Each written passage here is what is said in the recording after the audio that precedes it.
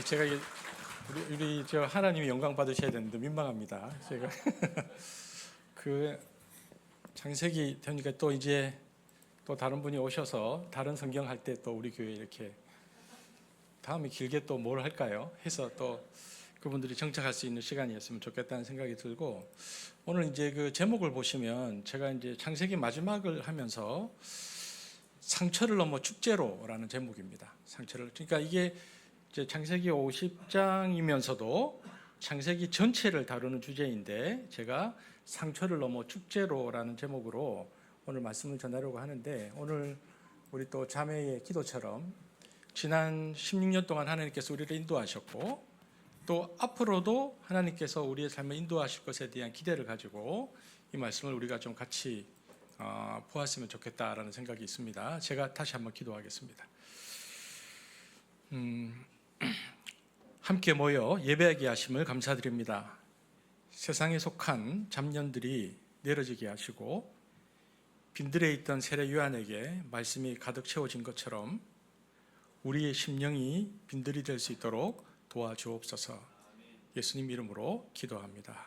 아멘. 자, 우리 제목 다시 한번 띄워주실래요? 제목 한번 같이 읽어보겠습니다. 제목 시작. 제가 하샤브가 뭔지는 설명하겠습니다. 그러네요. 이제 보니까 2년 11개월 됐다고 하는데 저도 은혜라고 생각됩니다. 하나님의 말씀을 이렇게 전할 수 있어서, 그리고 또 함께 말씀을 듣고 지금까지 따라와 주셔서 너무 감사하다는 생각이 들고요. 창세기 50장은 창세기의 거대한 대장정을 마무리하는 마지막 메시지입니다. 근데 여기에서는 창세기 50장을 읽어보면, 원래 50장을 다 읽으려고 했는데 우리 신앙의 여정에서 마주하는 아주 중요한 세 가지의 사건이 창세기 50장에 있습니다. 첫 번째는 뭐냐면은 야곱이 죽어요. 야곱이 죽고 장례를 치르는 장면이 첫 번째고, 두 번째는 이제 아버지가 죽고 요셉과 형제들이 마침내 진짜 화해를 하는 모습이 두 번째고요. 세 번째는 나중에 요셉도 죽거든요. 요셉의 유언과 죽음, 이 세 가지가 창세기 50장의 주제입니다. 오늘 세 가지를 다 다루겠습니다. 먼저 야곱의 죽음인데요. 야곱이 죽었어요. 야곱의 장례식이 이집트의 전통적 관리에 따라서 국장으로 치러졌는데 요셉의 명에 따라서 장례 준비만 40일이 걸렸고요. 성경에 보니까 전체 과정은 총 70일이 걸렸다고 되어 있습니다. 시신이 그러면 상하지 않았던 것은 그 당시 고도로 발달했던 미라를 다루는 그 기술 덕분이었다고 생각되는데, 70일이 지나고 야곱의 출관일이 다가오자 요셉이 파라오에게 가서 아버지의 장지가 이집트가 아니고 가나안 땅이라고 알리고요. 거기를 가기를 이제 파라오에게 구하죠. 그리고 이제 파라오가 허락하는데 가나안으로 향하는 장례 행렬이 실로 어마어마했습니다. 창세기에 보면은 파라오의 모든 신하와 원로들, 그리고 우리가 상상해 보면은 거대한 먼지바람을 일으키고 뒤따르는 병거와 기병의 행렬들, 그리고 이런 것들을 보면 요셉이 이집트에서 얻은 신뢰가 얼마나 절대적이었는지를 우리가 실감하게 되어집니다. 이집트 사람들에게 있어서 요셉은 나라를 기근에서 구한 영웅이자 신적인 지혜를 가진 총리였습니다. 그런 요셉이 가장 공경했던 대상이 바로 그의 아버지 야곱이었거든요. 그러니까 요셉의 도덕성이나 요셉의 지혜나 그리고 그의 천명성의 뿌리가 어디에 있는지를 이집트 사회는 야곱을 통해서 확인했던 겁니다. 야곱이 이집트에서 17년을 살다가 죽는데, 그 야곱이 이집트에서 17년 동안 살던 그 기간과 요셉의 통치 후반부가 겹쳐지거든요. 근데 이제 우리가 잘 아는 대로 야곱의 가문이 어디에서 살았냐면 고센에서 지냈는데, 야곱의 가문이 고센에서 보여준 그 질서정연하고 평화로운 삶은 이방인에 대해서 배타적이었던 이집트인들에게 요셉이 믿는 신의 백성에 대한 긍정적인 이미지를 심어주었을 가능성이 매우 큽니다. 저들이 믿는 신은 다르구나라고 생각했던 거죠. 성경은 이집트 사람들이 야곱을 위해서 70일 동안 고겠다라고 창세기 50장 3절에 보면 나오는데, 당시 문헌을 보면 이집트 파라오가 죽었을 때 애도 기간이 72일이거든요. 그러니까 넘을 수는 없어요. 그러면 파라오가 죽었을 때 애도 기간이 72일인데 야곱을 위해서 70일을 애곡했다는 것은 거의 국가 지도자급의 예우를 갖춘 장례식이었다는 것을 우리가 알 수 있습니다. 그래서 제국의 관리들과 원로들이 가나안 땅까지 그 먼 길을 동행하고요. 장례를 치렀는데 이것은 단순히 그 요셉이라는 총리의 아버지라는 이유만이 아니고 17년 동안 야곱이라는 인격체가 이집트 사회의 상층부와 대중에게 깊은 존경과 감화를 주었음을 증명하는 대목입니다. 그러나 그 웅장한 겉모습은 오히려 그 속에 담긴 더 깊고 거룩한 의미를 감싸고 있는 껍데기에 불과합니다. 이 장례식의 진정한 아름다움은 화려한 금빛 병거에 있었던 것이 아니고 그 행렬이 가나안이라는 하나님의 약속을 향해 움직이고 있다는 그 방향성에 있습니다. 그것이 실제로 훨씬 더 중요한 것이죠. 이것은 마치 햄버거의 앞뒤를 감싸고 있지만 실제로 그 안이 무엇이 들어있는가처럼 실제로 성경이 말하고 있는 것은 장래의 행렬은 껍질에 불과하고요. 그가 어디를 향하고 있는가에 주목하고 있는데 히브리서 기자는 야곱의 파란만장한 생애 중 최고의 하이라이트를 이 지점에서 찾았죠. 우리가 두 번에 걸쳐서 살펴보았던 본문인데 히브리서 11장 21절입니다. 함께 보겠습니다. 시작. 믿음으로 야곱은 죽을 때에 요셉의 각 아들에게 축복하고 그 지팡이 머리에 의지하여 견디하였으며. 이 짧은 구절 안에 야곱의 인생 전체가 응축되어 있습니다. 여기서 이제 지팡이라고 나오는데 이 지팡이는 그가 평생 의지했던 세상의 힘이나 이집트의 권세가 아닙니다. 그것은 험악한 세월 속에서 모든 것을 잃어본 자만이 가질 수 있는 생의 유일한 지지대로서의 지팡이입니다. 야곱은 이제 야복강 이후에 스스로 다리로는 설 수 없지만 그러나 그 지팡이에 몸을 기댄 채 하나님의 약속만큼은 누구보다도 똑바로 바라보고 있었다라고 히브리서 기자가 말하는 것입니다. 그는 우리가 보면 자녀들에게 축복하는 장면도 살펴보았는데 자녀들에게 땅이나 금을 넘겨주는 대신에 자신이 평생 지팡이를 짚고 걸으면서 만난 그 하나님을 축복이라는 그릇에 담아서 자녀들에게 전해주었다라고 우리가 살펴보았습니다. 야곱은 자신의 험악했던 세월과 그 속의 상처들이 어떻게 하나님의 축복으로 변모되었는지를 마지막 숨결로 증명해냈습니다. 그래서 자녀들은 아버지의 죽음 앞에서 상실을 느끼는 대신에 아버지가 남긴 축복의 언어들 속에서 자신들의 굴곡진 삶을 버텨낼 영적 힘을 공급받았습니다. 그러니까 고통의 기억이 은혜의 찬양으로 바뀌는 신비 속에서 야곱의 장례식은 단순한 슬픔의 자리가 아니라 그것은 가정의 축제와도 같았다라는 것을 그 정서를 우리가 읽어낼 수 있는 것입니다. 슬픔이 아니라 축제와 같은 장례식. 제가 이 본문을 준비하다가 생각난 분이 계신데요. 헨리 나우엔입니다. 헨리 나우엔은 제가 설교 시간에 가끔 말씀을 드리는데 개인적으로 저에게 굉장히 많은 영향을 준 분입니다. 현대 기독교 영성가 중에서 가장 큰 사랑을 받는 인물 중에 한 명인데 우리에게 가장 알려진 그 문장은 상처 입은 치유자라는 개념을 통해서 우리에게 깊은 위로를 건넨 신학자이며 작가입니다. 나우엔은 네덜란드 출신의 가톨릭 사제이고 또 하버드와 예일 대학교에서 심리학과 신학을 가르쳤던 당대 최고의 지성입니다. 하지만 그는 지적 성공과 명성만으로는 영혼의 갈증을 해결할 수 없다는 것을 그의 인생의 노년에 깨닫습니다. 결국 그는 그 화려한 교수직을 내려놓고 캐나다의 발달 장애인 공동체인 라르시 데이브레이크에 들어가서 죽을 때까지 그곳의 장애인 친구들과 함께 먹고 자고 그들을 돌보는 삶을 택하다가 하나님께 부름을 받았습니다. 나우엔은 이제 그 하버드에서 가르치는 일들을 두고 그 발달 장애인 라르시에 들어가서 만난 사람이 누구냐면 아담이라는 이름을 가진 중증 장애인인데 이 라르시에서 이제 가장 중증 장애인과 나우엔이 만났는데요. 라르시에서 만난 아담은 말도 할 수 없고 혼자서는 아무것도 할 수 없는 사람이었습니다. 나우엔이 이제 전담했거든요. 아담의 세수, 면도, 식사를 돕는 아주 단순하고 반복적인 일상을 아담과 끝까지 함께했습니다. 아담은 고통스러운 발작을 일으키기도 하고 늘 타인의 도움을 받아야 하는 그런 연약한 존재였습니다. 그런데 나우엔이 그런 아담을 보면서 처음에는 육체적으로 힘들고 어렵기도 했지만 시간이 지나자 자차 자신의 내면에 숨겨진 영적 장애와 상처를 아담을 통해서 직면하게 됩니다.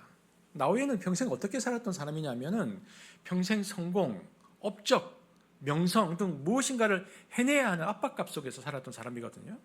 하지만 아담은 아무것도 할 수 없고 혼자서는 그 어떤 것도 할 수 없는 사람이었는데 나우엔이 아담을 돌보면서 깨닫는 것은 인간의 가치는 그가 무엇을 할 수 있느냐 doing이 아니고 그저 하나님의 자녀로 존재한다 being 그 자체에 있다는 것을 깨달았던 것입니다.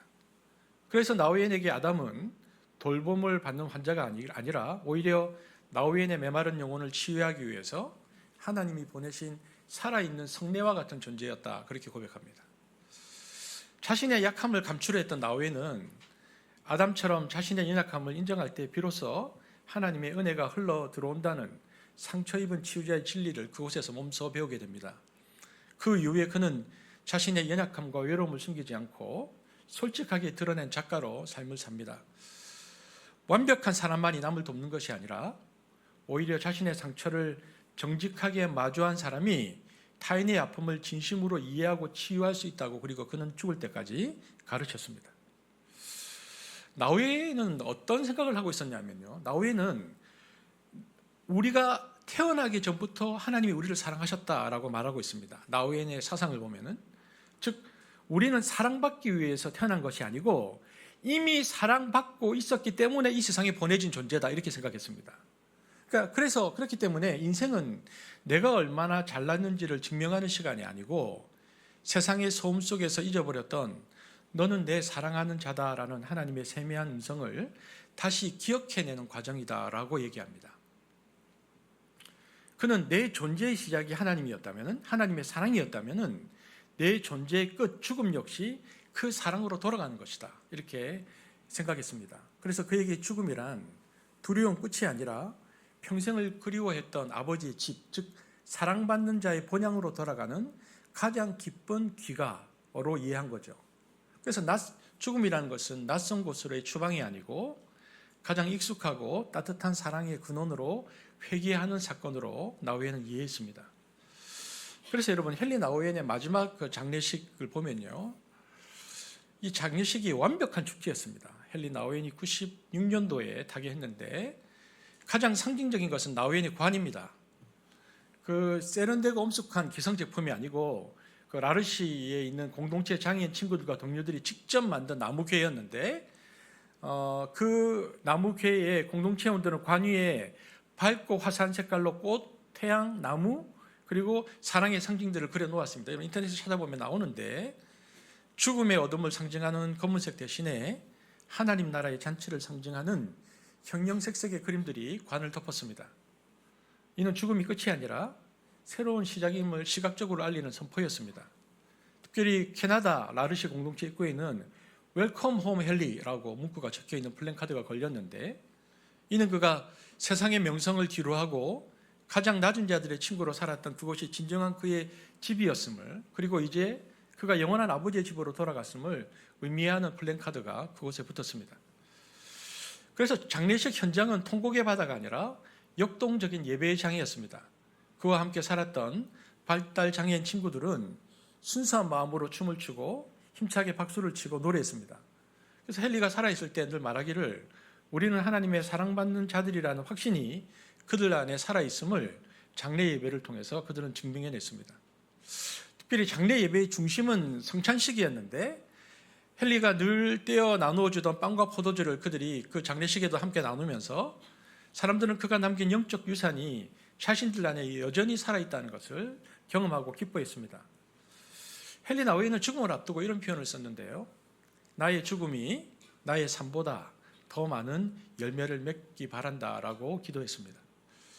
그의 장례식은 그 기도가 응답되는 순간이었고 남겨진 이들에게 죽음조차 거룩한 축제가 될 수 있다는 소망을 심겨준 놀라운 일들이었습니다. 저는 오늘 이제 야곱의 죽음을 보면서 우리의 마지막 역시 야곱처럼 그리고 헨리 나우엔처럼 가진 것을 정리하는 시간이 아니라 하나님의 약속이 다음 세대에서 어떻게 꽃피울지를 보여주는 거룩한 전수식이 되기를 소망해 봅니다. 그래서 우리의 장례식이 단순히 끝이 아니고 그 다음으로 이어지는 하나님의 약속의 성취의 과정으로서의 우리의 죽음과 장례식이기를 소망해 보는 그 마음을 가져보는 것입니다. 오늘 본문의 두 번째는 이제 그 야곱의 장례식이 그렇게 마쳤어요.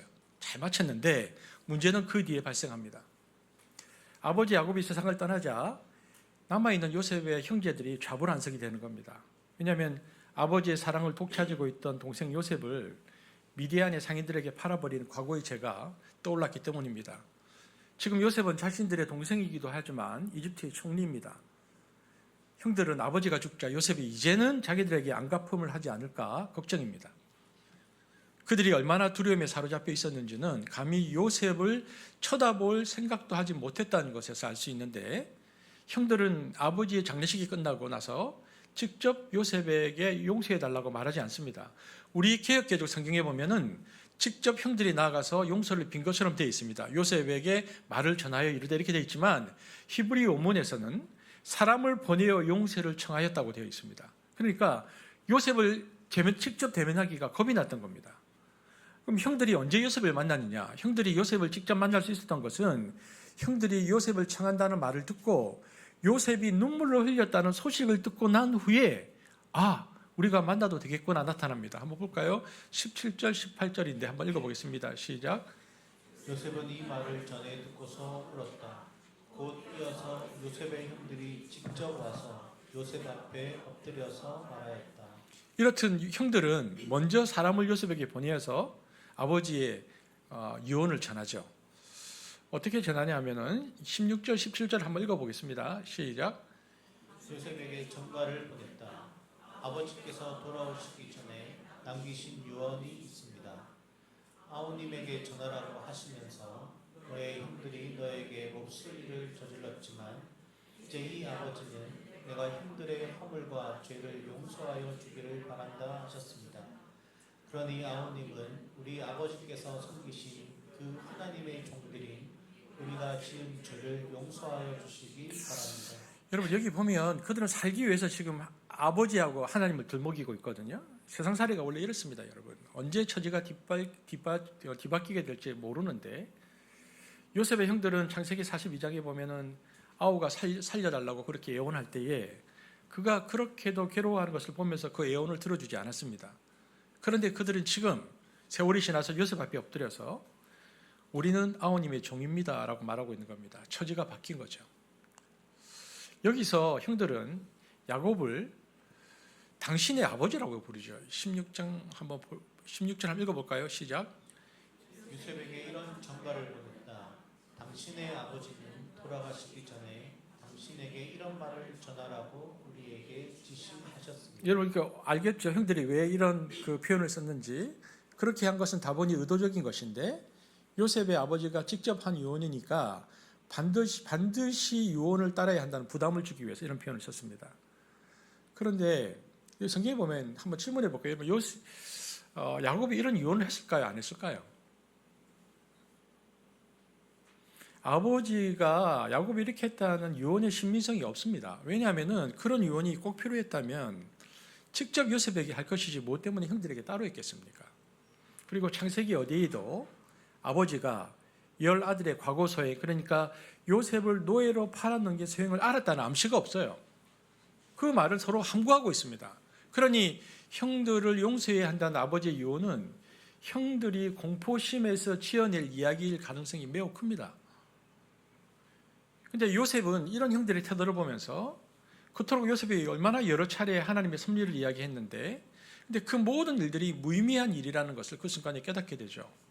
형들은 그동안 내내 속으로 불안해하면서 언젠가 아버지가 돌아가시고 나면은 요셉이 복수를 할지도 모른다고 생각하고 전전긍긍하며 살아온 것을 이 자리에서 확인합니다. 그래서 요셉은 창세기 50장 17절에 보면은 그동안 형들이 얼마나 가슴을 졸이며 살았을까를 생각하면서 안타까워서 눈물을 흘립니다. 울음을 터뜨리죠. 여러분, 그런데 이 울음이 좀 의미가 있습니다. 일반적으로 힘 있는 자가 다른 이의 고통을 생각하면서 연민을 느껴서 눈물까지 흘리는 경우는 무척 드문 일입니다. 권력을 휘두르고 명령을 내리는 삶에 익숙해지면 익숙해질수록 애환과 고충을 이해하지 못하게 됩니다. 그러나 요셉은 끝까지 섬세하고 자애로운 혼을 가진 사람이었다고 성경 기자가 말해주는 거죠. 그러면서 요셉이 눈물을 흘리면서 형들에게 뭐라고 얘기하냐면 두려워하지 말라고 안심시킵니다. 한번 볼까요? 한번 읽어보겠습니다. 시작. 두려워하지 마십시오. 내가 하나님을 대신할 수 있겠습니까? 그리고는 간곡히 이렇게 말하는데 지금 우리 저 메시지 성경으로 그래서 한번 읽어보려고 합니다. 50장 19절에서 21절 유진 피터슨의 메시지 성경은 이렇게 표현하는데 한번 읽어보겠습니다. 시작. 보시다시피 형님들이 나를 해치려고 악한 일을 꾸몄으나 하나님께서는 그 계략을 선으로 바꾸셔서 나를 이롭게 하셨고 지금 형님들 주위에서 이루어진 모든 일에서 보는 것처럼 수많은 사람들도 살리실 것입니다. 두려워할 이유가 없으니 마음 편히 지내십시오. 제가 형님들과 자녀들을 보살피겠습니다. 여러분, 이 내용을 가만히 보면 우리가 큐티를 한다고 이 본문을 보면요, 이런 겁니다. 요셉은 자신의 인생을 무너뜨릴 뻔했던 형들의 악행을 끝내야 할 악연이 아니고 생명을 살릴 축복의 통로로 재해석하고 있다는 것을 보게 됩니다. 그는 하나님께서 이를 선하게 바꾸셨다고 말하면서 복수의 자리를 용서와 보살핌의 자리로 바꾸어 놓았습니다. 그는 하나님의 선하신 뜻은 모두를 살리는 것이니까, 이게 하나님의 뜻이니까 용서하고 말고가 없고 형들과 그 자손들을 잘 살도록 해주는 것이 나의 의무다, 당연하다라고 이렇게 밝히고 있습니다. 여러분, 근데 우리가 사람들과 말을 해보면요, 내용도 중요하지만 말하는 자세가 중요하잖아요. 요셉은 이 모든 말을 자신을 내세우면서 적선을 베풀듯이 아니면 위압적으로 교만하게 한 것이 아니었습니다. 도리어 그는 상대에게 간청하는 자처럼 겸손하게 말하고 형들의 마음을 평안하게 하고 있습니다. 50장 21절에 보면 이렇게 말합니다. 그는 진심 어린 말로 그들을 안심시켰다. 요셉의 진심이 전달되도록 그 태도를 가지고 말했다라고 말하고 있는 것이죠. 자, 여러분, 그러면 우리가 생각해 봅니다. 사실 이게 우리의 상식으로 좀 잘 맞지 않잖아요. 어떻게 이런 용서가 가능할까요? 그것은 야곱의 부탁 때문도 아니고요, 형제 간의 정 때문도 아닙니다. 바로 자신의 고난을 하나님의 관점에서 재해석한 자만이 이렇게 말할 수 있습니다. 여러분, 창세기 50장 20절을 다 함께 한번 읽어보겠습니다. 이 구절이 중요한데, 시작. 당신은 나를 해하려 하였으나 하나님은 그것을 선으로 바꾸사 오늘과 같이 많은 백성의 생명을 구원하게 하시려 하셨나니.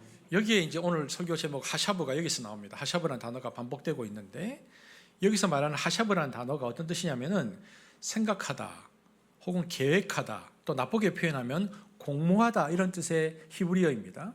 근데 오늘 본문에 보면은 지금 본문이 어떻게 나오는지 모르겠는데 여기 나오네. 보면 당신들은 나를 해하려 하였으나 할 때 하샤브가 쓰여 있습니다. 그리고 하나님은 그것을 선으로 바꾸사 할 때도 하샤브가 쓰여 있습니다. 그러니까 이런 거죠. 즉 형들은 요셉을 해하려 하샤브, 공모했지만 하나님은 그것을 선으로 하샤브, 바꾸셔서 역사하셨다, 이렇게 되어 있습니다. 그러니까 형들이 요셉을 구덩이에 던지면서 했던 공모도 하샤브였고, 보디발의 아내가 그를 거짓으로 올가미어서 했었던 계략도 하샤브였는데, 그러니까 인간의 하샤브라는 것은 언제나 누군가를 해치고 무너뜨리고 끝장내려는 어둠의 의지인데, 그러나 요셉은 보았죠. 인간의 악한 하샤브가 휘몰아치는 그 현장 위로 더 크고 치밀한 하나님의 하샤브가 덮여있다라는 것을 그는 알았다는 것입니다. 형들이 죽음의 시나리오를 쓰고 있을 때 하나님은 그 원고를 건네받아서 생명의 시나리오로 고쳐 쓰고 계셨습니다. 인간의 공모, 인간의 하샤브는 유한하지만 하나님의 설계, 하나님의 하샤브는 영원하며 결코 실패하지 않는다라는 것을 고백해내고 있는 장면입니다. 보십시오. 요셉이 차가운 구덩이 속에서 형들이 이제 죽이려고 집어넣었을 때, 울부짖을 때 하나님은 침묵하셨습니다. 노예로 팔아가고 억울한 누명을 쓴 채 감옥에 갇혔을 때도 하늘은 고요했습니다. 우리도 그렇고 요셉도 그렇고 때로 우리는 그래서 그 침묵을 이제 하나님의 부재라고 부르는데, 그러면 그때 우리는 하나님은 어디 계시는가라고 절규하게 되죠. 그러다가 요셉이 어느 날 깨닫죠. 그것은 하나님께서 부재한 것이 아니고 역사의 위대한 PD가 되셔서 무대 뒤에서 가장 바쁘게 움직이고 계셨다, 하샤브하고 계셨다라는 것을 깨달은 것입니다. 그렇죠? 조명을 조절하고 인물들을 배치하고 고난이라는 소품조차 영광이라는 무대 장치로 하나님께서 바꾸고 계셨다는 것입니다. 우리가 보는 것은 어지러운 무대 뒷면의 전선들과 소음뿐이지만 하나님은 그 모든 혼란을 엮어서 구원이라는 완벽한 명작을 상영하고 계셨던 것이죠. 그러니까 요셉이 만난 하나님은 어떤 하나님이냐면, 그래서 요셉이 만난 하나님은 기적으로 고난을 비껴가게 하는 하나님이 아니라 그 고난의 한복판에 함께 걸어 들어오시는 섭리의 하나님이심을 우리가 알 수 있습니다. 요셉에게 하나님은 구덩이에서 즉시 꺼내주시는 분이 아니고 구덩이 속에서도 여전히 하나님이심을 신뢰하게 만드는 분이다라는 것을 우리는 알 수 있죠. 요셉이 형들을 용서할 수 있었던 것은 그의 인격이 훌륭해서가 아닙니다. 이유는 하나인데 하나님의 하샤브를 보았기 때문입니다. 형님들이 한 것이 아니라 하나님이 나를 앞서 보내신 것입니다 라는 이 고백은 자신의 삶을 인간의 가해와 피해라는 좁은 틀이 아니고 하나님의 거대한 구원사라는 틀로 재해석했기 때문에 가능한 것입니다. 악을 즉각 심판하지 않으시고 오히려 그 악조차 선을 이루는 재료로 사용하시는 하샤브의 하나님의 신비에 눈을 떴을 때 요셉은 비로소 자신의 상처를 훈장으로 원한을 축복으로 바꿀 수 있었던 것입니다. 그런데 이 하나님의 섭리가 악한 일을 선하게 바꾸셨다는 요셉의 고백은 맨 처음 형들 앞에서 자기 정체를 드러낼 때 했던 말보다 더 깊은 믿음의 진전이 있다라는 것을 알 수 있습니다. 우리가 창세기 45장에 보면 오늘 50장을 보고 있잖아요. 근데 창세기 50장에 보면 제일 처음에 형들과 딱 마주했을 때 요셉이 뭐라고 했냐면 내가 형님들이 이집트로 팔아넘긴 아우입니다라고 말했습니다. 형님들이 그래서 이렇게 말하죠. 형님들이 나를 이곳에 팔긴 하였지만 그것은 하나님이 형들보다 앞서서 나를 여기에 보내서 우리의 목숨을 살리려고 한 것입니다라고 말했습니다. 창세기 45장 5절 한번 읽어볼까요? 처음 형들과 만났을 때는 이런 고백을 했습니다. 시작. 당신들이 나를 이곳에 팔았다고 해서 근심하지 마소서, 한탄하지 마소서. 하나님이 생명을 구원하시려고 나를 당신들보다 먼저 보내셨나이다. 여기서 강조점은 뭐냐면 하나님께서 나를 먼저 보내셨다 있습니다. 여기에 강조점은 하나님께서 나를 먼저 보내신 것이다. 창세기 45장에서 요셉이 고백한 하나님의 섭리는 그래서 사명적 배치에 가깝습니다. 그는 자기가 겪은 파란만장한 세월을 하나님이 앞서 행하신 거룩한 인도 과정으로 이해했습니다. 고난이라는 통로가 사실은 이스라엘을 살리기 위한 하나님의 치밀한 전략적 전진 배치였다는 것을 깨달은 자의 고백입니다.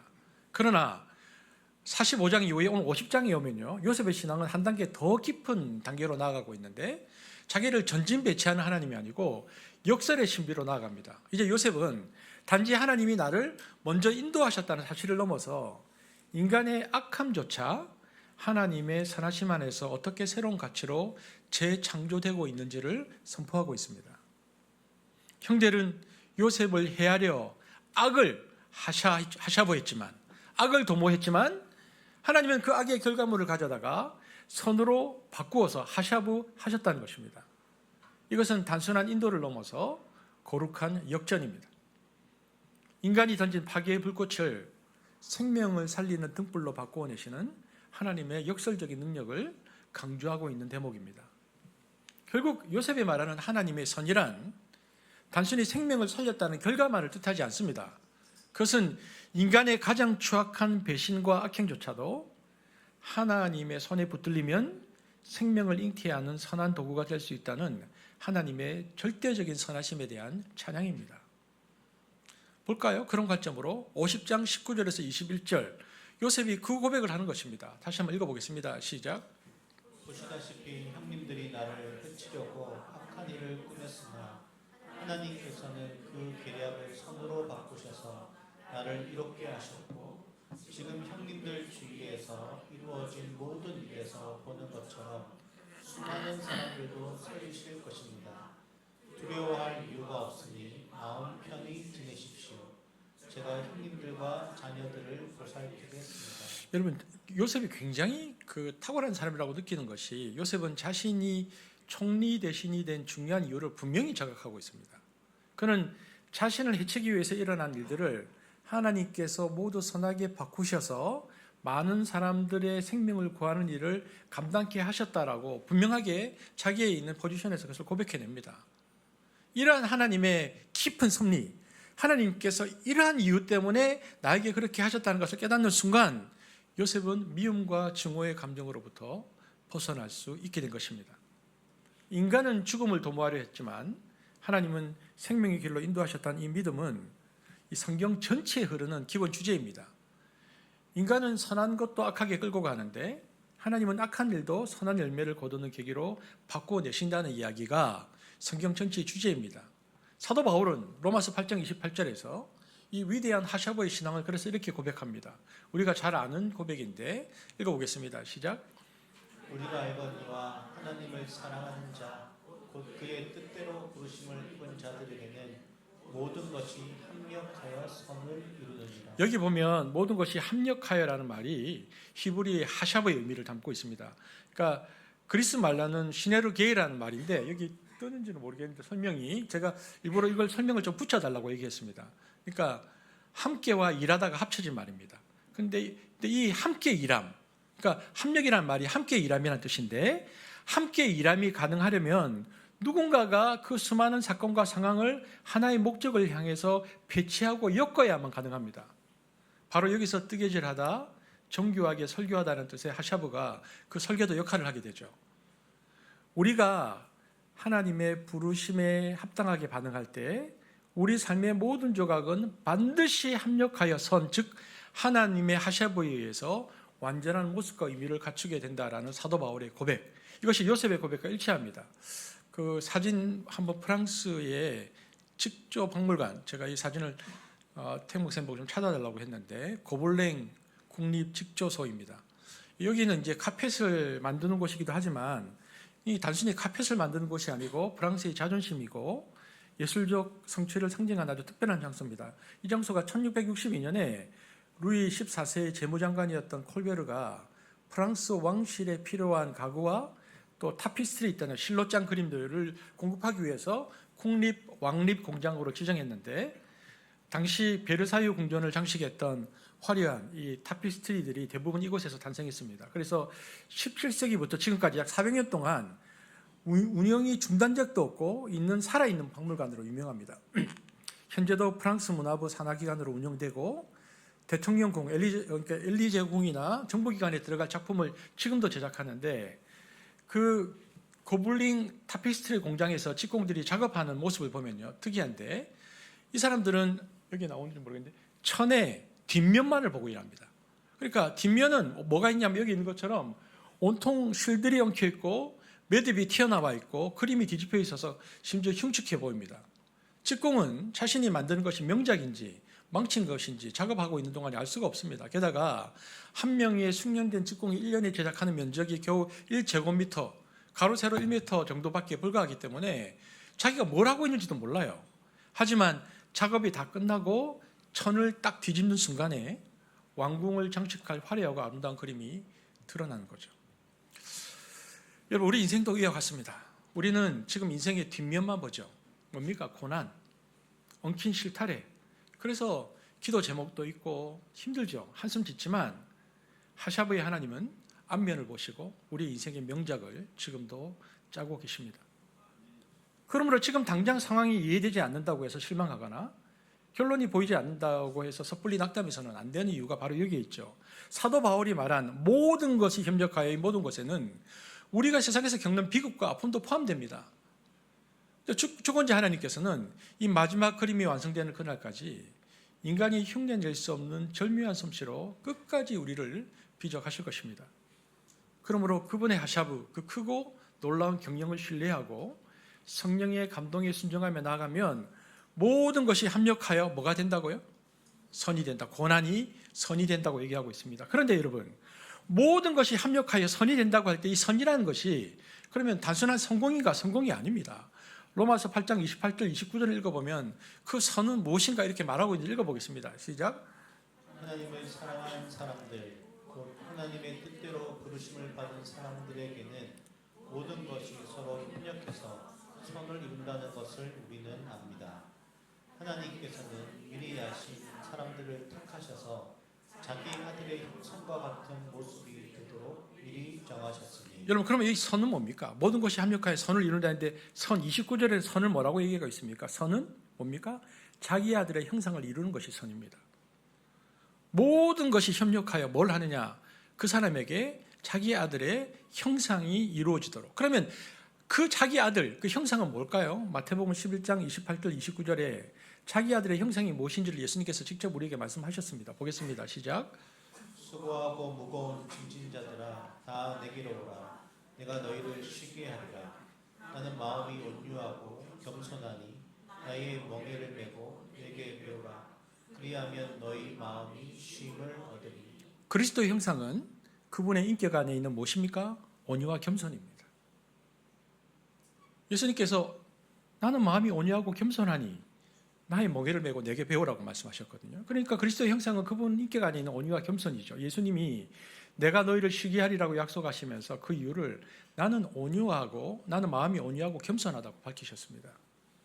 여기서 온유하다라고 번역된 헬라어가 기본적으로 길들여졌다라는 뜻입니다. 그러니까 제가 설교한 적도 있는데 온유함이란 그저 따뜻하고 부드럽다는 말이 아니고 하나님의 뜻에 따라 산다는 말의 다른 표현입니다. 주님은 하나님의 마음에 완전히 조율된 존재이죠. 그래서 요한복음에서 예수님은 자기를 어떻게 인식하셨냐면은 보내신 분의 영광을 구하는 것이 자기의 존재 이유라고 거듭해서 계속 요한복음에서 말씀하고 계십니다. 그것이 나의 존재 이유다. 그러니까 그분의 뜻에 내가 조율된 존재다라고 예수님께서 계속 말씀하시는 거죠.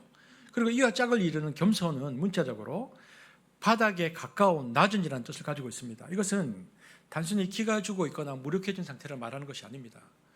여러분, 성품으로서의 겸손은 어떤 거냐면 자신에 대한 과장된 집착을 버리고 하나님 앞에서 자신의 참된 위치를 지키는 정직함입니다. 가장 낮은 바닥에 마음을 두는 사람은 그래서 더 이상 남보다 높아지려고 애쓰거나 자신을 증명하기 위해서 자신의 인생의 에너지를 낭비하지 않습니다. 그는 자신의 한계를 정직하게 인정하기 때문에 그래서 비로소 타인을 용납할 공간과 하나님의 은혜를 담을 공간을 가진 사람이 되는 것입니다. 결국 이런 것이죠. 겸손은 나라는 존재를 비워서 하나님이 일하실 공간을 만드는 성품의 기초고, 온유는 그 비워진 공간을 하나님의 통제하심으로 채워가는 성품의 능력입니다. 내가 아무것도 아니다, nothing이다, 내가 아무것도 아니라는 것을 깨달은 겸손의 자리에서만 우리는 비로소 나를 향한 집착을 거두고 하나님의 뜻에 온전히 조율된 온유의 삶으로 나아갈 수 있습니다. 하나님께서 인간의 몸을 입고 오신 이 사건, 성육신은 하나님의 온유와 겸손이 무엇인지를 우리에게 보여주는 결정체입니다. 히브리서가 말하듯 예수님의 육신을 입으신 이유는 죽으시기 위함입니다. 왜냐하면 하나님이 못하는 게 있잖아요. 영원한 하나님은 못 죽거든요. 하나님은 죽을 수가 없어요. 영원한 하나님은 죽을 수 없기 때문에 우리를 위해서 죽으실 수 있도록 스스로 유한한 인간의 몸을 입으신 것입니다. 아기로 태어나신 순간부터 십자가에 숨을 거두는 순간까지 예수님의 생애 전체는 하나님의 온유와 겸손이 이 땅에 어떻게 나타나는지를 보여주는 거룩한 기록이었습니다. 우리가 예수님께 감동하는 이유는 그분이 보여주신 초자연적인 능력 때문이 아닙니다. 오히려 그 무한한 권능을 우리를 구원하기 위해서 기꺼이 묶어두신 거룩한 절제 때문입니다. 예수님께서 마지막에 이렇게 말씀하셨죠. 아버지여 저들을 사하여 주옵소서. 자기들이 하는 것을 알지 못함이니이다. 십자가 위에서 울려 퍼진 이 마지막 기도는 온 세상을 울린 하나님의 온유의 절정입니다. 자신을 조롱하는 이들을 단번에 심판하실 힘이 있으셨으나 그 힘을 오직 용서와 생명을 위해서만 사용하신 것, 이것이 바로 하나님의 마음에 완벽히 길들여진 자만이 보여줄 수 있는 온유의 신비입니다. 그리스도께서 십자가에서 보여주신 이 철저한 순종의 태도가 성도의 그 내면에 새겨질 때 우리 안에서도 비로소 그리스도의 형상이 나타나기 시작하는 것입니다.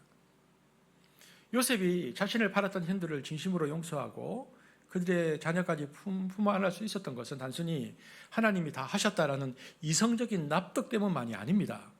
머리로 아는 지식만으로는 인간의 깊은 원한과 복수심을 잠재울 수가 없습니다. 오히려 그가 그렇게 형들을 오늘 용서할 수 있었던 진짜 이유는 지난 고난의 세월 동안 그의 내면이 하나님의 마음에 완전히 길들여졌기 때문입니다. 구덩이와 감옥이라는 바닥을 통과하면서 그는 자신의 무력함을 인정하는 겸손을 배웠고 그 빈자리에서 자신의 힘을 하나님의 뜻을 위해 억제하는 온유를 채웠습니다. 그러자 그런 요셉에게 형들은 나를 괴롭힌 가해자가 아니라 하나님의 자비가 필요한 연약한 영혼으로 보이기 시작한 것입니다.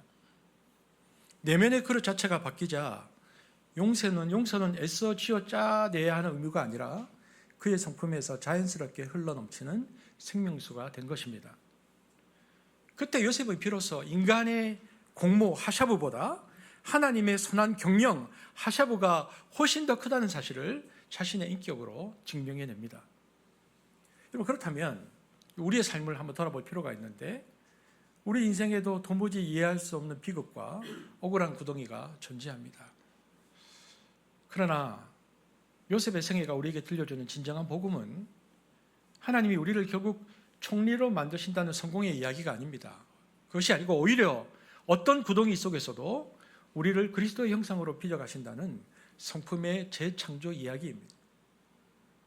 하나님은 지금도 여러분의 삶이라는 배틀을 위해서 하샤브라는 섭리의 북을 던지며 인생의 옷감을 짜고 계십니다. 우리가 보는 인생의 뒷면은 엉킬 실타래처럼 무질서해 보이지만 하나님이 시선이 머무는 앞면에는 우리가 상상할 수 없는 아름다운 무늬가 새겨지고 있습니다. 그러므로 우리는 이 질문을 바꿔야 합니다. 하나님, 왜 내 인생에 이런 일이 일어납니까? 라고 묻는 대신에 하나님, 이 일들을 통해서 내 안에 어떤 하늘의 성품을 빚고 계십니까? 라고 질문해야 합니다. 그것이 믿음의 질문입니다. 우리의 눈물이 온유의 샘이 되고 우리의 낮아짐이 겸손의 통로가 될 때 우리 삶의 모든 엉킨 실타래는 마침내 수많은 생명을 살리는 하샤브의 신비로 완성될 것입니다. 이 보이지 않는 하나님의 지혜와 은혜가 여러분의 평생에 충만하기를 소망합니다.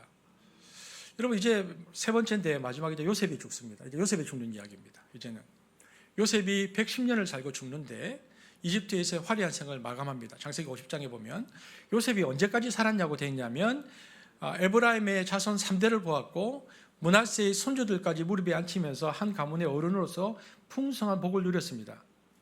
그러나 이제 임종의 순간 요셉은 어떻게 했는가? 요셉이 죽을 때 보니까 요셉은 이집트의 부귀영화가 아니라 요셉 역시 전혀 다른 곳을 바라보고 있었다라고 성경이 말하고 있습니다. 창세기 50장 24절에서 26절 함께 읽겠습니다. 시작. 요셉이 자기 친족들에게 말하였다. 나는 곧 죽는다.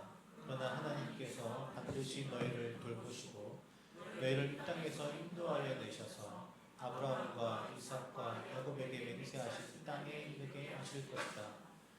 요셉은 이스라엘 자손에게 맹세를 지키면서 이뤘다. 하나님께서 반드시 너희를 돌보실 날이 온다. 그때에 너희는 나의 뼈를 이곳에서 옮겨서 그리로 가지고 가야 한다.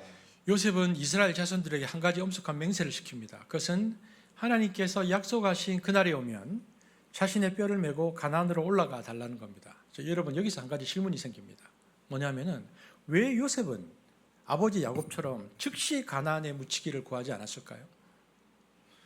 그는 이집트의 2인자로서 얼마든지 화려한 장래 행렬과 함께 가나안으로 향할 권세가 있었습니다. 하지만 요셉은 자신의 마지막을 서둘러서 마무리하는 대신에 하나님이 정하신, 아까 우리 26절 한번 보시면 한번 띄워주실래요?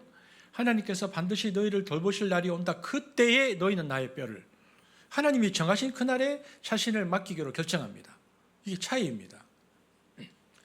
요셉에게 자신의 유골은 그래서 단순히 보존해야 할 신체가 아니고 남겨질 후손들에게 건네는 약속의 보증서가 된다는 것을 알 수 있습니다. 그는 이렇게 말하는 겁니다. 나는 먼저 죽지만 하나님은 반드시 너희를 찾아오신다. 그러면 그날 내 유골을 옮겨라. 이것은 요셉이 가나안에 들어가는 것보다, 개인이라는 요셉이 가나안에 들어가는 것보다 이스라엘 공동체 전체가 가나안에 들어가는 것을 더 중요하게 여겼음을 보여줍니다. 반드시 그날이 온다. 그때 내 시신을 옮겨라. 그러니까 요셉의 유골함은 이집트 땅에 머무는 긴 세월 동안 이스라엘 백성들에게 말없는 설교가 된 것입니다. 고된 노역과 절망 속에서도 요셉의 관을 볼 때마다 그들은 기억했을 것입니다. 우리의 총리였던 요셉조차 이곳에 묻히기를 거절했다. 우리는 결국 이곳을 떠나서 약속의 땅으로 갈 존재들이다. 요셉은 죽어서도 이스라엘과 함께 이집트의 고난을 견뎌냈고 마침내 400년이 흐른 뒤 모세와 후손들의 손에 들려서 영광스러운 출정식에 참여하게 됩니다. 출애굽기 13장 19절에 보면은 이집트에서 나올 때 이런 일이 있는데 함께 보겠습니다. 시작. 모세가 요셉의 유골을 가졌으니 이는 요셉이 이스라엘 자손으로 단단히 하나님이 반드시 너희를 찾아오시리니 너희는 내 유고를 여기서 가지고 나가라 하였으니. 이것을 기억하고 이제 요셉의 시신이 나오죠. 그러니까 자신의 해골마저도 하나님의 신실하심을 선포하는 마지막 설교로 남겼던 요셉의 이 지독한 신뢰를 우리가 봐야 합니다. 죽음이라는 가장 개인적인 순간조차 나의 안식을 위한 종착역이 아니라 하나님의 약속을 증명하는 거룩한 통로로 내어들은 이 요셉의 영생이야말로 오늘 우리가 회복해야 할 진짜 소망의 얼굴입니다. 여러분, 요셉이 죽고 나서 350년 뒤 지난 다음에 이스라엘 백성들이 나오거든요. 그러니까 요셉이 죽고 이스라엘 백성들은 하나님의 역사하심을 목격하면서 마침내 파라오와 이집트를 등지고 가나안 땅을 향해서 출정식을 행합니다. 그리고 광야로 발걸음을 옮깁니다. 그들이 이집트를 떠날 때 요셉의 시신을 둘러매고 발걸음을 옮겼는데 요셉은 눈을 감은 뒤 350년도 더 지나서야 가나안 땅에 묻히기 위해서 발걸음을 옮기기 시작한 것입니다. 여러분, 그럼 또 한 가지 질문해 볼까요? 여러분, 요셉은 어디에 묻혔을까요? 요셉은 막벨라 굴에 묻히지 않았습니다. 요셉은 다른 곳에 묻혔는데 여호수아 24장 32절 읽어보겠습니다. 시작. 그 자손이 애굽에서 가져온 요셉의 뼈를 세겜에 장사하였으니 그것은 야곱이 베크시다를 주고 세겜의 아버지 하몰의 자손들에게서 산 바치라.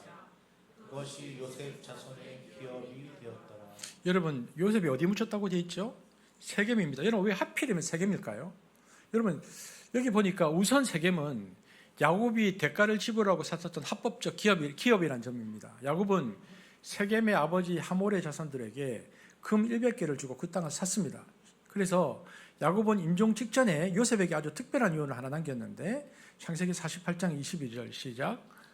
내가 내게 내 형제보다 세겜 땅을 더 주었나니 이는 내가 내 칼과 활로 아모리 족속의 손에서 빼앗은 것입니다. 그러니까 야곱은 가문의 공동 묘실인 막벨라와 별개로 세겜을 요셉의 개인적 기업 상속자로 점지해 주었습니다. 마지막 축복할 때 후손들은 이 야곱의 유언을 기억하고 있었고 요셉의 시신을 그가 상속받은 그의 땅에 안치하는 것이 가장 적합한 예오라고 판단한 것입니다. 그런데 무엇보다 요셉이 막벨라가 아니고 헤브론이 아니고 세겜으로 인도한 것은 성경이 말하려고 하는 메시지는 하나님의 언약이 한 가문을 넘어서 어떻게 온 세상을 향한 구원으로 확장되는가를 보여주는 장엄한 신학적 전환점입니다. 여러분, 세겜이 어떤 장소입니까? 세겜은 요셉의 인생에서 가장 참혹한 고통이 시작된 자리입니다. 창세기 37장에 보면 소년 요셉이 형들에게 팔려가서 구덩이에 던져진 자리가 바로 세겜입니다.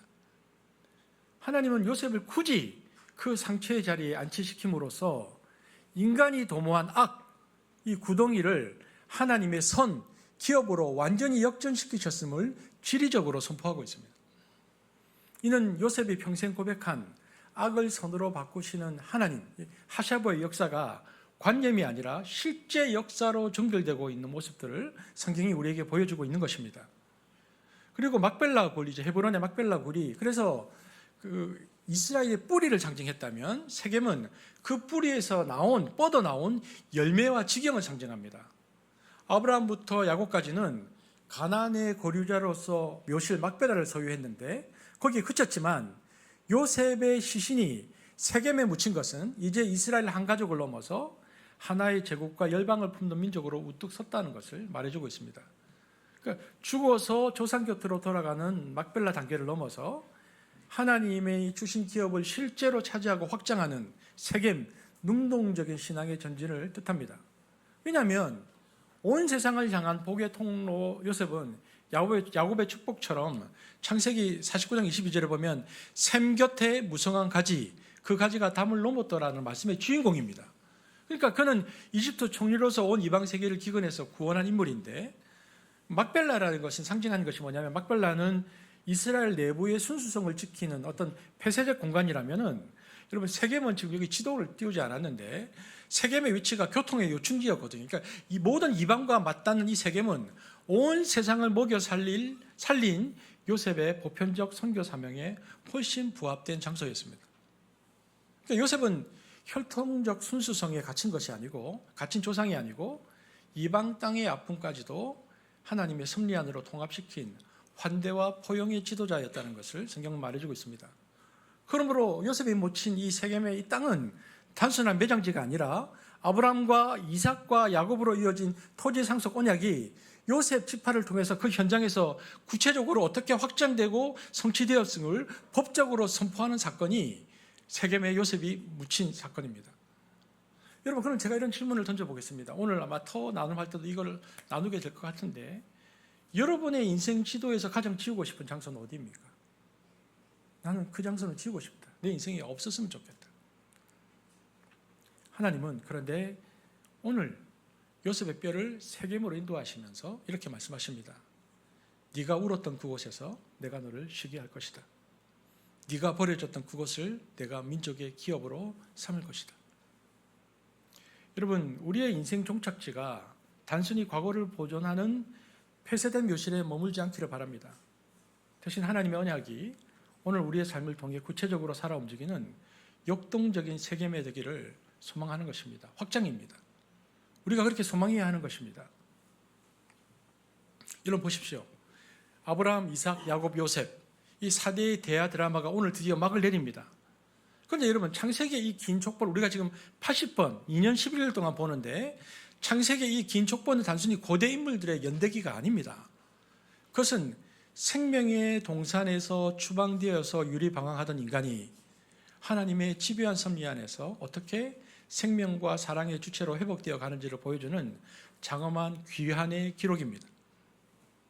넘어지고 깨졌던 그들이 마침내 타인을 살리는 생명의 공급자로 우뚝 선 것처럼, 창세기는 우리에게 인간은 고난에 굴복하는 존재가 아니라 하나님의 손에 붙들려서 역사를 새롭게 창조하는 존재라는 것을 우리에게 선포하고 있습니다. 인간이 악을 도모할 때마다 하나님은 선을 계획하셨고 하샤보입니다. 죄를 지을 때마다 스스로 자멸의 길을 선택하지만 하나님은 그때마다 번번이 살 길을 열어주셨습니다. 이 하나님의 끈질긴 사랑이야말로 창세기 전체를 관통하는 가장 강력한 동력입니다. 그 사랑은 요셉의 시대에 멈추지 않고 오늘 우리의 척박한 현실 위에서도 여전히 살 길을 만들어내고 있습니다. 여러분, 우리가 창세기 1장 1절 우리 창세기 1장 1절 수연자매 그때 오셔서 창세기 1장 1절 뭐가 있어요? 제일 앞에 뭡니까? 창세기 1장 1절 태초에. 여러분, 그런데 오늘 마지막 때 이 태초에라는 게 수천 년 전의 어느 지점이 아닙니다. 헨리 나우엔이 통찰했듯이 우리가 하나님의 사랑을 받은 자임을 깨닫고 우리의 황폐한 영혼의 생명과 사랑의 힘이 움트는 바로 그 순간이 우리 인생의 진정한 태초입니다. 우리가 자신을 깊이 돌아보고 하나님과 정직하게 마주하는 바로 그 찰나, 새로운 창조의 역사가 시작되는 것입니다. 그러므로 창세기는 이미 기록이 완성된 과거의 책이 아니고 한 사람의 인생이 변화될 때마다 새롭게 쓰이는 현재 진행형의 사건입니다.